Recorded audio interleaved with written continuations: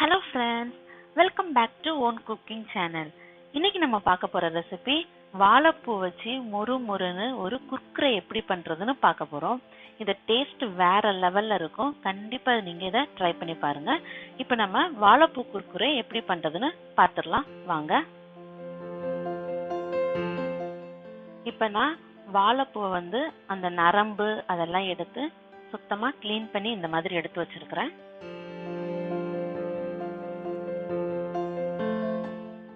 ஒரு பவுல்ல பழைய சாதத்துல உள்ள தண்ணி எடுத்து வச்சிருக்கிறேன். இது அப்படி இல்லைன்னா மோர் எடுத்துக்கலாம். ஒரு 1/2 கப் எடுத்துட்டு நம்ம க்ளீன் பண்ணி வச்சிருக்கிற வாழைப்பூவை அதுல போட்டு ஒரு 10 நிமிஷம் அப்படியே ஊற விட்டுருங்க. இப்ப 10 நிமிஷம் ஆயிட்டு இந்த அளவுக்கு நல்லா ஊறி இருக்கு.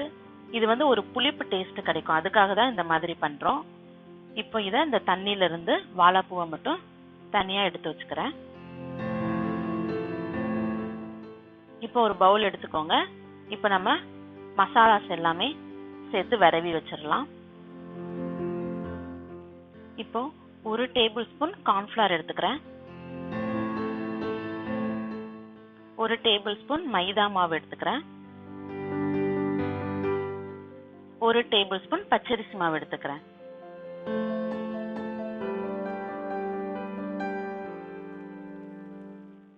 இப்போ 1/2 டேபிள் ஸ்பூன் இஞ்சி பூண்டு விழுது சேர்த்துக்கிறேன். இப்போ 1 டேபிள் ஸ்பூன் மிளகாய் தூள், 1/2 டீஸ்பூன் கரம் மசாலா சேர்த்துக்கிறேன். மிளகாய் தூள் வந்து உங்க காரத்துக்கு தேவையான அளவு சேர்த்துக்கலாம். இப்போ 1 டேபிள் ஸ்பூன் ஆம்ச்சூர் பொடி சேர்த்துக்கிறேன். இது வந்து ட்ரை மாங்காய் தூள், கடையில் கிடைக்கும், அது சேர்த்துக்கலாம். 1 டேபிள் ஸ்பூன் பெப்பர் தூள் சேர்த்துக்கிறேன். கொஞ்சமா மஞ்சள் தூள் சேர்த்துக்கலாம்.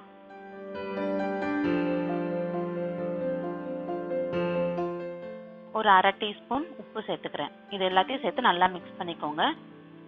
இப்போ உங்களுக்கு ஆம்ச்சூர் பவுடர் கிடைக்கல அப்படின்னா அதுக்கு பதிலாக நீங்க லெமன் சேர்த்துக்கலாம். ஏன்னா ஆம்ச்சூர் பவுடர் வந்து ஒரு புளிப்புக்காக தான் நம்ம சேர்க்கிறோம். அது இல்லைனாலும் பரவாயில்ல, நீங்க லெமன் சேர்த்து இதோட சேர்த்து நல்லா மிக்ஸ் பண்ணிக்கோங்க. இப்போ கொஞ்சமா தண்ணி சேர்த்து கட்டி எதுவும் இல்லாம நல்லா கரைச்சு எடுத்துக்கோங்க.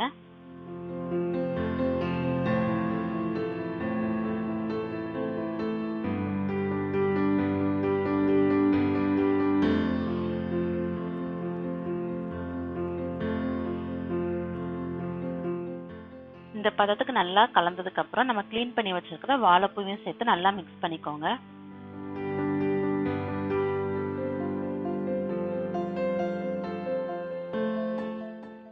இப்போ உங்களுக்கு தண்ணி சப்போஸ் அதிகமாயிட்டு அப்படின்னு ஃபீல் பண்ணீங்கன்னா கொஞ்சமா கார்ன்ஃப்ளவர் இல்லைன்னா அரிசி மாவு சேர்த்துட்டீங்கன்னா நல்லா கரெக்டா வந்துடும்.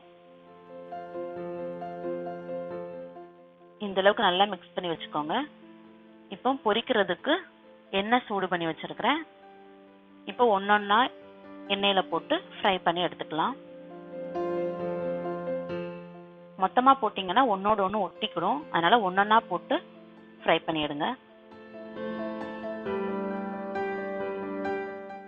இந்த அளவுக்கு நல்லா கோல்டன் ப்ரௌன் கலர்ல கிறிஸ்பியா வந்த உடனே நம்ம அதை எடுத்துடலாம். பாத்தீங்கன்னாலே தெரியும் எந்த அளவுக்கு மொறுமொறுன்னு வந்திருக்குன்னு.